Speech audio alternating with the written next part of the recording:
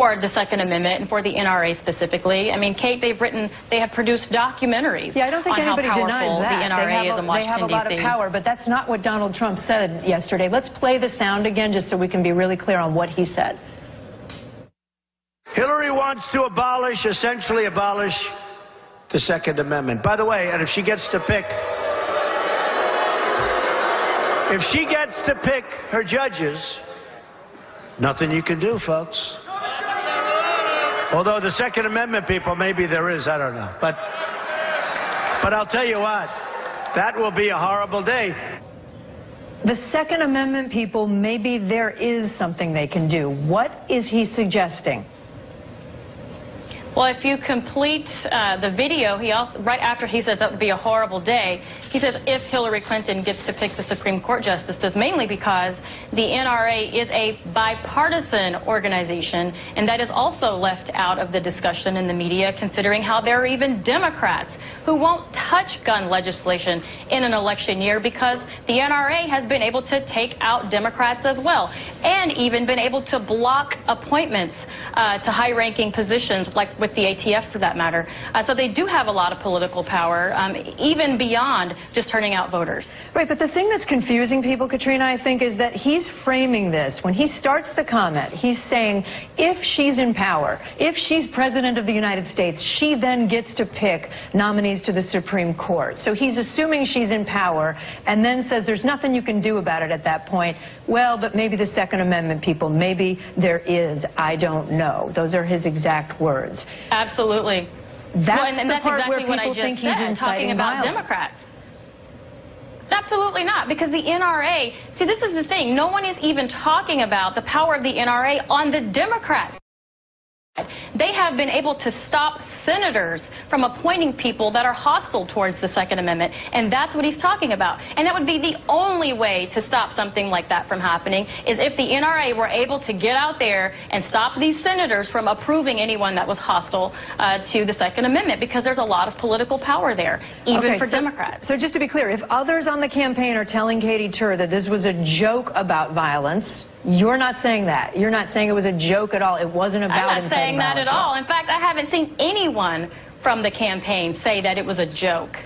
The initial statement said nothing about a joke, so I'm not even sure where Katie's getting that information. Let me play some sound, if I can, from retired General Michael Hayden. He's former director, as you know, of both the NSA and the CIA, and this is what he said about Mr. Trump's comment.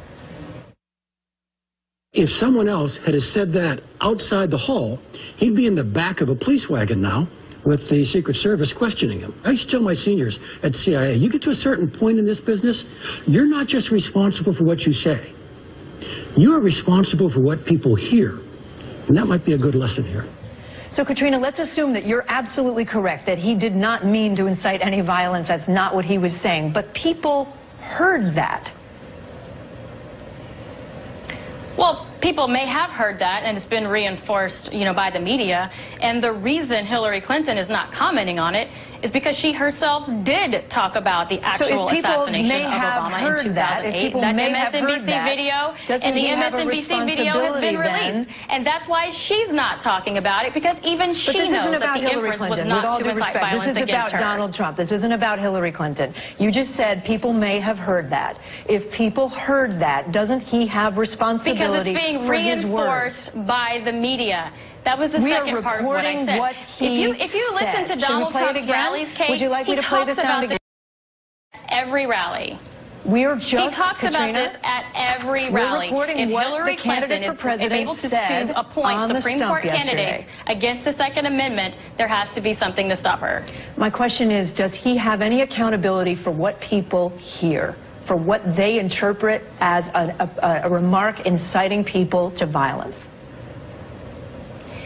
If he had control over the liberal news networks, absolutely. But he does not. And that's another reason why we're talking about this today, because they have picked out a piece of what he was talking about in the greater context of a topic he's talked about in every single rally, and that is the power of the NRA, and that is the ability for Hillary Clinton, if elected, would support candidates at the Supreme Court that would actually strip the rights piece by piece from law-abiding citizens and their ability to defend themselves. If he's elected president, every word is going to matter, right? Every word matters when you're president. He brags often about being able to deal with China, being able to renegotiate trade deals with China. If his words are misinterpreted, he will not get a do-over when he's president of the United States. I think that's what a lot of people are reacting to here. If he misspoke, you don't get a do-over when you're president. You don't get a do-over really on anything at that level. I mean, just like the imaginary red line over in the Middle East, and just like, you know, paying hostage money over to Iran. I mean, there's a lot of things we could talk about that are really, really bad for the country. But when you're talking at a rally about the Second Amendment and Hillary Clinton and Supreme Court justices, and to infer that something horrible can happen, I think we should talk about the horrible things that have already happened while Hillary Clinton was at the State Department, just like the emails that were just uncovered, where she was actually trading favors as Secretary of State for her donors at the Clinton Foundation. These are things that have a real impact on national security as well as how the government functions. Hillary Clinton is for sale, and that means our government would be too. So you have no, to go back to my question, you have no concern about his ability as president, if he were president, to make a, you know, make an argument with foreign leaders, with in negotiations, and not be misconstrued or misunderstood? Absolutely not. I have no concerns with that whatsoever. He's not going to be dealing with foreign leaders at a political rally. It will definitely be a more serious discussion and not an off-the-cuff discussion. So there's a difference between, we'll be talking about speech at a political rally and speech with foreign leaders when you're president.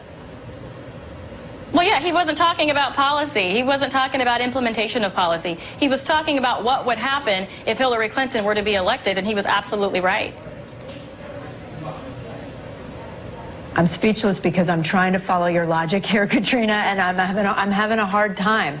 I can tell. Is there there's a difference in your head between speaking to a rally and things you say in front of a public group like that and what he's going to do when he's actually in the office?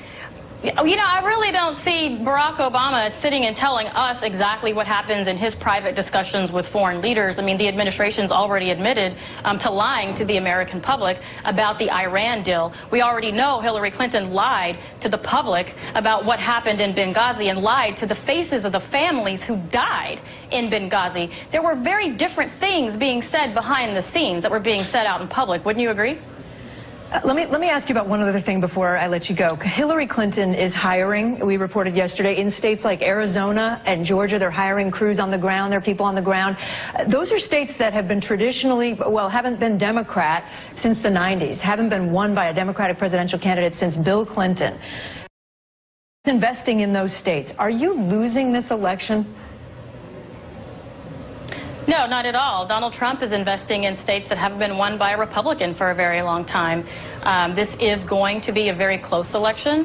Mr. Trump does have the right policies for many people. That's why you've seen tens of thousands of Democrats supporting him in blue.